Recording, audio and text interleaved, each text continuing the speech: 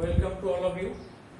আগের দিনের ক্লাসে আমরা রোটরের টর্ক প্রোডাকশনের বিষয়টা পড়াচ্ছিলাম। আমি আজকে সেখান থেকেই শুরু করতে চাইছি। আমরা বলেছিলাম যে স্টেটরে যে রোটেটিং ম্যাগনেটিক ফিল্ড তৈরি হয় সেটা কোনো একটা পার্টিকুলার মোমেন্টে ধরা যাক এন থেকে এসে এইভাবে যাচ্ছে, এবং রোটরে একটা রোটর কন্ডাক্টরকে ধরা যাক সেটা কাট করেছে। রোটরটা প্রাথমিক অবস্থাতে স্ট্যান্ড স্টিল কন্ডিশন আছে, অর্থাৎ রোটরের যে স্পিড এন আর সেটা প্রথমে শূন্য আছে, কারণ এই কন্ডাক্টরটাও স্থির অবস্থায় আছে। সেটাকে একটা অল্টারনেটিং ফ্লাক্স, একটা রোটেটিং ফ্লাক্স কাট করেছে, যার ফলে এখানে একটা ভোল্টেজ তৈরি হয়েছে। সেই ভোল্টেজটা পার ফেজে ই টু পার ফেজ, এবং এর ইকুয়েশন কি সেগুলো আমরা আগে থেকে ডিরাইভ করেছিলাম। এবং যেহেতু রোটর ওয়াইন্ডিংটা ক্লোজ, সেটা স্লিপিং ইন্ডাকশন মোটরই হোক বা স্কুইরেল কেজ ইন্ডাকশন মোটরই হোক, সেখানে একটা কারেন্ট ফ্লো করছে, যে কারেন্টটাকে আমরা বলতে পারি আই টু পার ফেজ। এবং এই কারেন্টটা এই রোটর কন্ডাক্টরের মধ্যে দিয়ে ফ্লো করবে, যার ফলে রোটরে একটা ফ্লাক্স তৈরি হবে, এবং এই রোটর ফ্লাক্স ও স্টেটর ফ্লাক্সের ইন্টারাকশনের ফলে টর্কটা তৈরি হবে। এখন প্রশ্ন হলো যেটা, যে রোটরে যে কারেন্টটা তৈরি হবে সেই কারেন্টের ডিরেকশন কি, এবং তার জন্য যে ফ্লাক্সটা তৈরি হবে সেই ফ্লাক্সেরই বা ডিরেকশন কি হবে। আমি ইনিশিয়ালি মনে করছি যে আমি দুটো কেস কনসিডার করছি যে কি কি হতে পারে। একটা রোটরে আমি ধরে নিলাম এই মুহূর্তে রোটরে এখানে ডট তৈরি, মানে কারেন্টটা কামিং টুয়ার্ডস মি। আর একটা আমি কেস ধরছি যেখানে রোটরে আমি ধরে নিচ্ছি সেই মুহূর্তে কারেন্টটা, অর্থাৎ এন পোলের সামনে যে কন্ডাক্টরটা আছে সেখানে ক্রস তৈরি হয়েছে, অর্থাৎ current is going away from me. তাহলে এই দুটো ক্ষেত্রে ফ্লাক্সের ডিরেকশন কি হবে? তোমরা জানো যে কারেন্ট থেকে যে ফ্লাক্স যখন আমরা বার করি একটা পার্টিকুলার ডিরেকশন অফ কারেন্টের জন্য, সেটা স্ক্রু রুল বা কক স্ক্রু রুলকে ফলো করে, right hand corkscrew rule. তার মানে একটা কারেন্ট যদি এরকম উঠে আসে, তার মানে ধরো একটা পেরেককে তুমি দেওয়াল থেকে তুলছো, তাহলে স্ক্রু ড্রাইভারটা যেদিকে ঘোরাতে হবে, সেই রাইট হ্যান্ড একটা পার্সন সেই স্ক্রু ড্রাইভারটা যেদিকে ঘোরাবে সেইটাই হচ্ছে তোমার ফ্লাক্সের ডিরেকশন।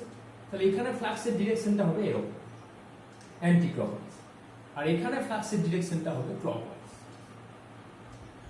তাহলে এই দুটো কেস আমরা অ্যানালিসিস করছি যে কোনটা হওয়া সম্ভব। এখন যখন এই অ্যান্টি ক্লকওয়াইজ ফ্লাক্স, ধরো এটা রোটর ফ্লাক্স, আমি এটার নাম দিলাম φ2, আর এখানে স্টেটর থেকে যে ফ্লাক্সটা আসছে সেটার নাম দিলাম φ1। তাহলে ইন্টারাকশনটা কাদের মধ্যে হচ্ছে? φ1 এর সঙ্গে φ2 মধ্যে হচ্ছে, এবং এদের ইন্টারাকশনের ফলে দেখা যাবে যে এই যে ফ্লাক্সটা, এই ফ্লাক্সটা যেটা সোজা আসছিল সেই সোজা ফ্লাক্সটা কিন্তু একটু বেন্ড করে যাচ্ছে, মানে এদিকে এর ইন্টারাকশনের ফলে এই ফ্লাক্সটা কিন্তু আর সোজা থাকতে পারছে না, এটা এরকম একটু কার্ভ হয়ে যাচ্ছে, একটু বেন্ড করে যাচ্ছে এরকম। এই যে ফ্লাক্স লাইনের যে বেন্ডিং হচ্ছে, এই বেন্ডিংটাকে তুমি কিছুটা একটা স্ট্রেচড রাবার ব্যান্ডের সঙ্গে তুলনা করতে পারো। মনে করতে পারো যে একটা রাবার ব্যান্ডকে যদি আমরা টানি পার্টিকুলার একটা ডিরেকশন, তাহলে সেটা যে দেখতে যেরকম শেপের হয়, অনেকটা এই ফ্লাক্স লাইনগুলোর শেপটা অনেকটা সেই রকম হয়।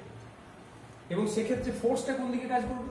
তোমরা অনেক সময় দেখেছো যে একটা গার্ডারের মধ্যে একটা কাগজ ভরে আমরা যদি এদিকে টানি, বা একটা ধনুক, তীর ধনুকের কথা চিন্তা করো, একটা তীরকে ধনুকের মধ্যে পরিয়ে আমরা যদি ধনুকের ছিলাটাকে এভাবে টানি, তারপর ছেড়ে দিই, তাহলে তীরটা কিন্তু তার উল্টো দিকে চলে যায়।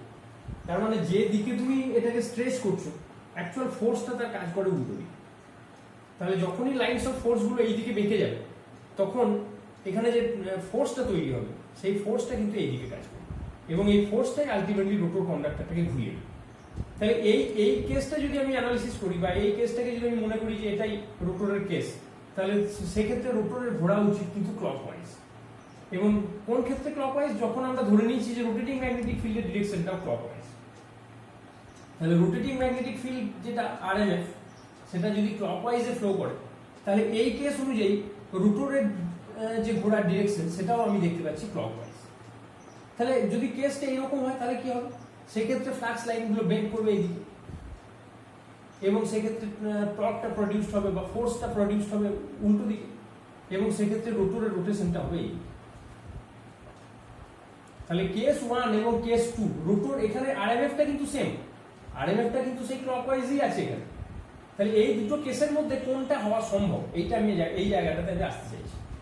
যদি এই কেসটা হয়, অর্থাৎ কেস 1টা যদি আমি মনে করি যে এটা হয়েছে, তাহলে সেক্ষেত্রে দেখো আরএমএফ এবং রোটরের ডিরেকশনটা সেম। তাহলে এদের রিলেটিভ ভেলোসিটি কত? যদি আমি মনে করি যে এন এস স্পিডে যাচ্ছে এবং এন আর স্পিডে যাচ্ছে, এবং তাদের দুজনেরই ডিরেকশনটা সেম, তাহলে সেক্ষেত্রে এদের রিলেটিভ ভেলোসিটি হচ্ছে ns মাইনাস nr। এটা কার কার relative velocity? In between RMF and the rotor, stator RMF and rotor body. তাহলে this is stator RMF and this is rotor body. এদের মধ্যে যে স্পিড, সেই স্পিডের যে রিলেটিভ ভেলোসিটি, সেই রিলেটিভ ভেলোসিটিটা হচ্ছে কেস 1 এর ক্ষেত্রে ns মাইনাস nr। আর কেস 2 এর ক্ষেত্রে কি? কেস 2 এর ক্ষেত্রে নিশ্চয়ই এটা উল্টো দিকে যাচ্ছে, তার মানে সেক্ষেত্রে রিলেটিভ ভেলোসিটিটা অ্যাড হয়ে যাবে, ns প্লাস nr হয়ে যাবে। তাহলে কোনটা হওয়া সম্ভব? লক্ষ্য করে দেখো যে এখানে রোটরে যে ভোল্টেজটা তৈরি হচ্ছে, সেই ভোল্টেজের কারণটা কি? কেন ভোল্টেজ তৈরি হলো? এই ভোল্টেজের মূল কারণ কিন্তু এই রিলেটিভ মোশন। এই রিলেটিভ মোশন মানে RMF এর সঙ্গে রোটরের যে রিলেটিভ ভেলোসিটি, সেই রিলেটিভ ভেলোসিটি কিন্তু এখানকার ভোল্টেজ ইন্ডাকশনের জন্য দায়ী। তাহলে আমি যদি এই ভোল্টেজ ইনডিউসটাকে আমি মনে করি, বা ভোল্টেজ বলো বা কারেন্ট বলো, যেটাই বলো, এই ইন্ডাকশনটাকে আমি যদি মনে করি তার কজ, এই রেজাল্ট, তাহলে এই কজটা হচ্ছে এই রিলেটিভ ভেলোসিটি। তাহলে নিশ্চয়ই রোটরের ঘোরার ডিরেকশনটা এমন হবে, অ্যাজ পার লেঞ্জেস ল, এই রোটরের ঘোরার ডিরেকশনটা এমন হবে যাতে এই রিলেটিভ ভেলোসিটিটাকে সে রিডিউস করতে পারে, মানে তার কারণকে সে বাধা দিতে পারে।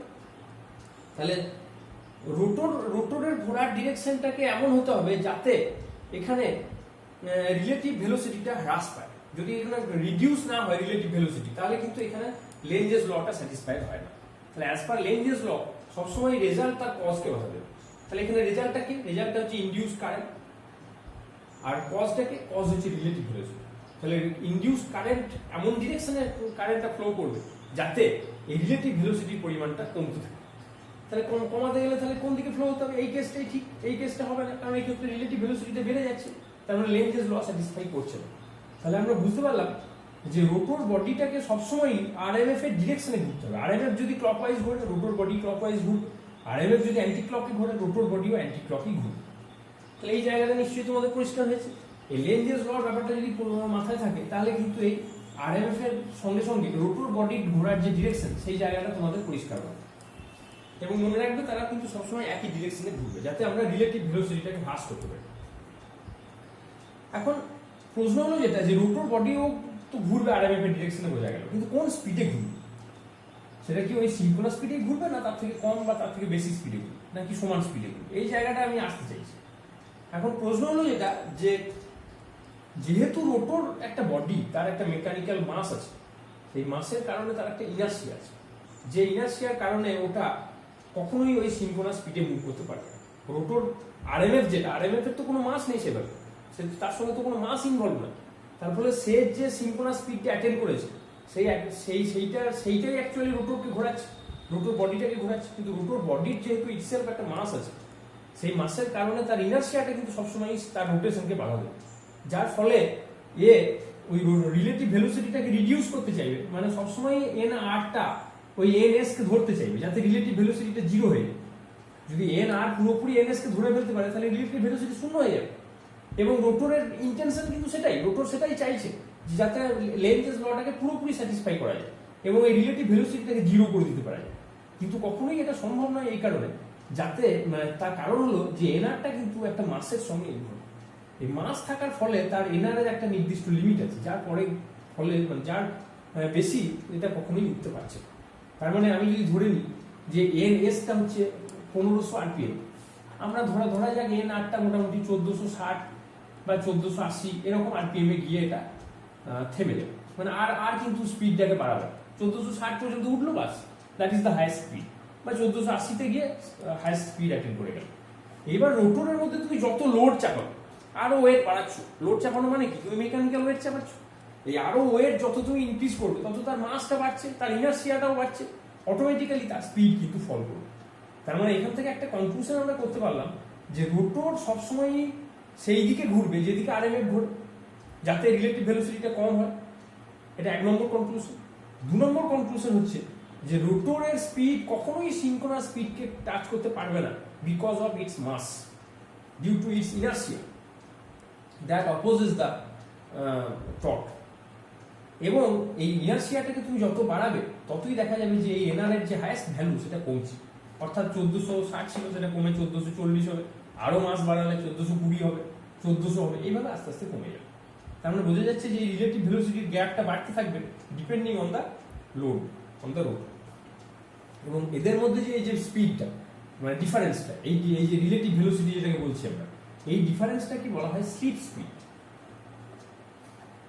তার মানে synchronous speed of the RMF minus actual speed of the rotor body is called slip speed. এই জায়গাটা তোমরা মনে রাখো। এবং স্লিপ স্পিডকে যদি তুমি সিনক্রোনাস স্পিড দিয়ে ভাগ করো এবং তাকে একটা পার্সেন্টেজে প্রকাশ করো, তাহলে সেটাকে বলা হবে পার্সেন্টেজ স্লিপ। তার মানে ধরো কোনো একটা ইন্ডাকশন মোটরে আমি ধরে নিলাম 5% স্লিপ আছে। এই 5% স্লিপ বলতে কি বোঝায়? 5% মানে হলো ns minus nr by ns into 100% সমান 5%। তার মানে ns minus nr by ns এটা হচ্ছে 0.05, মানে 5/100 0.05। তাহলে ns থেকে যদি আমি ধরে নিই 1500 rpm, তাহলে 1500 মাইনাস nr বাই 1500 ইন্টু 0.05। এখান থেকে তুমি যদি nrটাকে ক্যালকুলেট করো, তো nrটা কত হবে? 1500 minus 1500 into 1 minus 0.05 into ns। এই ns তো এইটাই 1500। তার মানে আমরা এখান থেকে একটা ফর্মুলা পেতে পারি, nr equal to 1 minus s into ns। এই sটা হচ্ছে পার্সেন্টেজ স্লিপ। তাহলে যেটাকে তুমি 0.05 বলছো, মানে 5% মানেটা কি? 5% মানে তো আসলে 0.05, মানে এটা এস এর ভ্যালু। তাহলে এখানে যদি এটা বসিয়ে দাও তাহলে তুমি এনআরটা পাবে। তার মানে 0.95 ইন্টু 1500। তাহলে বুঝতেই পারছো এটা 1500 আরপিএম এর থেকে কম হবে। তাহলে এনআর সবসময় সিনক্রোনাস স্পিডের থেকে লো স্পিডে ঘুরবে। এই জন্য এই মেশিনকে বলা হয় অ্যাসিনক্রোনাস মেশিন। অ্যাসিনক্রোনাস মেশিন মানে হচ্ছে নট সিনক্রোনাস। তার মানে এটা সবসময় সিনক্রোনাস স্পিডের থেকে কম স্পিডে ঘুরছে। আমি যদি ফিক্টিশাসলি মনে করি যে এটা সিনক্রোনাস স্পিডকে ধরে ফেলেছে, তাহলে কি হবে? যদি মনে করি যে এর মাসটা এতটাই কম যাকে আমি নেগলেক্ট করতে পারি, যাতে ওটা সিনক্রোনাস স্পিডকে অ্যাটেন্ড করে গেছে, এটা যদি আমি ফিক্টিশাসলি মনে করি কাল্পনিকভাবে, তাহলে সেক্ষেত্রে কি হতে পারে? তাহলে সেক্ষেত্রে রিলেটিভ ভেলোসিটিটা জিরো হয়ে যাবে। রিলেটিভ ভেলোসিটি যদি জিরো হয়ে যায় আরএমএফ এর সঙ্গে রোটরের, তাহলে সেক্ষেত্রে রোটরে আর কোনো ভোল্টেজ ইনডিউসড হবে না, রোটরে কোনো কারেন্টও তৈরি হবে না, রোটরে কোনো ফ্লাক্সও প্রডিউসড হবে না, যার ফলে ওই দুটো ফ্লাক্সের অস্তিত্ব কিন্তু থাকবে না। যে রোটর ফ্লাক্সও আছে, স্টেটর ফ্লাক্সও আছে, তাদের মধ্যে ইন্টারাকশনে টর্ক তৈরি হচ্ছে, এই জায়গাটা কিন্তু আর থাকবে না, যার ফলে রোটরটা থেমে যাবে, মানে rotor torque will be zero. তাহলে if in any condition the speed of the rotor body touches the synchronous speed or becomes equal to the synchronous speed, then the total electromagnetic torque will be zero. তাহলে এই জায়গাটা তোমাদের পরিষ্কার হয়েছে যে slip speed বলতে কি বোঝায়, রোটরের স্পিড কেন সিনক্রোনাস স্পিডকে টাচ করতে পারছে না, কোথায় অসুবিধা হচ্ছে, এবং লোড বাড়ালে কি ঘটবে, যে রোটর স্পিড আস্তে আস্তে ফল করে যাবে। এই জায়গাগুলো তোমাদের আশা করি পরিষ্কার হয়েছে। এবং স্লিপ স্পিড মানে হচ্ছে এই দুটো ডিফারেন্স। তার মানে যত তুমি লোড চাপাতে থাকবে ততই কিন্তু স্লিপ স্পিডটা বাড়তে থাকবে। তাহলে স্লিপ স্পিড থেকে কিভাবে তুমি স্লিপ পার্সেন্টেজ স্লিপকে ডিরাইভ করতে পারো সেই ফর্মুলাটাও তোমাদের দেখিয়ে দিলাম। এই পুরো জায়গাটা তোমরা ভালো করে পড়ে আসবে। নেক্সট দিন আমি এর উপর বেশ কিছু নিউমেরিক্যাল প্রবলেমস করাবার চেষ্টা করব, এবং এই জায়গাটাকে আমি আর একটু অ্যাডভান্স লেভেলে গিয়ে পড়ানোর চেষ্টা করব, যাতে আরো বিভিন্ন দিককে অ্যানালিসিস করা যায় এখানে, যে কিভাবে টর্ক তৈরি হয়, কিভাবে একটু অ্যাডভান্স স্টাডিজ যেটাকে বলে। তোমাদের অনেকেরই বেশি বেশি একটু জানার ইচ্ছা আছে যে একটু ডেপথে গিয়ে শিখবো, তাদের ক্ষেত্রে এই জায়গাগুলো কিন্তু পরিষ্কার হবে। এই জন্য আমি নেক্সট ক্লাসে এই টর্কের উপরেই আলোচনা করব, এই ফিজিক্সটার উপরেই আমি আলোচনা করব, কিন্তু আর একটু ডেপথে গিয়ে আলোচনা করব। একটা জিনিস আমি তোমাদের বলি যে তোমরা এই যে বিভিন্ন কম্পিটিটিভ এক্সামের জন্য প্রস্তুতি নাও, বিভিন্ন পরীক্ষা, সেক্ষেত্রে তোমরা যেটা করো যে অনেক শর্ট কোশ্চেন নিয়ে বসো, সেই মাল্টিপল চয়েস কোশ্চেন সেগুলোকে তোমরা সলভ করতে থাকো, সেগুলো মুখস্থ করে মনে রাখো। কিন্তু একটা জিনিস মনে রাখবে যে শর্ট কোশ্চেনের কোনো শেষ নেই। শর্ট কোশ্চেন তুমি কত সংখ্যক পড়লে তুমি পরীক্ষাতে গিয়ে পেতে পারো, তার কোনো ইজি কোনো ফর্মুলা নেই যে 100টা করলাম কি 150টা করলাম তার মধ্যে আমি পেয়ে যাবো। ব্যাপারটা ঠিক এরকম নয়। আমি বরং বলবো যে ওই শর্ট কোশ্চেনের বইগুলো হ্যান্ডেল করার আগে তোমাদের নিজেদের টেক্সটটাকে ভালো করে ক্লিয়ার করা উচিত। টেক্সটের ধারণা যদি তোমার স্বচ্ছ থাকে, তাহলে তোমার বই থেকে মানে কোনো একটা শর্ট কোশ্চেন বই থেকে দেখ, তোমার কমন হোক কি আনকমন হোক, আলটিমেটলি তুমি কিন্তু পরীক্ষাতে আনসার করে আসতে পারবে যদি তোমার কনসেপ্টটা ক্লিয়ার থাকে। সেই জন্য যে জিনিসটা শিখছো সেই জিনিসটা বাই হার্ট শেখো এবং সেটাকে ইন ডেপথে গিয়ে শেখো, যার ফলে তোমার কনসেপ্টসের পরিষ্কার থাকে এবং যে কোনো শর্ট কোশ্চেনই বলো, ব্রড কোশ্চেনই বলো, নিউমেরিক্যাল প্রবলেমসই বলো, সেই ধারণা থেকে তুমি সেটাকে আনসার করতে পারো। এবং ইন্টারভিউগুলোকে আরো ইজিলি ফেস করতে পারবে। সেই জন্য মেশিন একটা এমন সাবজেক্ট যে সাবজেক্টটাকে মানে একটু ভেতর থেকে বাই হার্ট শেখার চেষ্টা করো, শুধুমাত্র নম্বরের পিছনে না ছুটে। এইটুকু বলে আমি আজকের ক্লাসটা শেষ করছি। ক্লাস কেমন লাগলো তোমরা বলবো, যদি এই ফিজিক্সটা বুঝতে কোনো জায়গায় অসুবিধা থাকে সেটাও জানাবো। নেক্সট ক্লাসগুলোতে আমি আবার এটা ক্লিয়ার করার চেষ্টা করব। Thank you.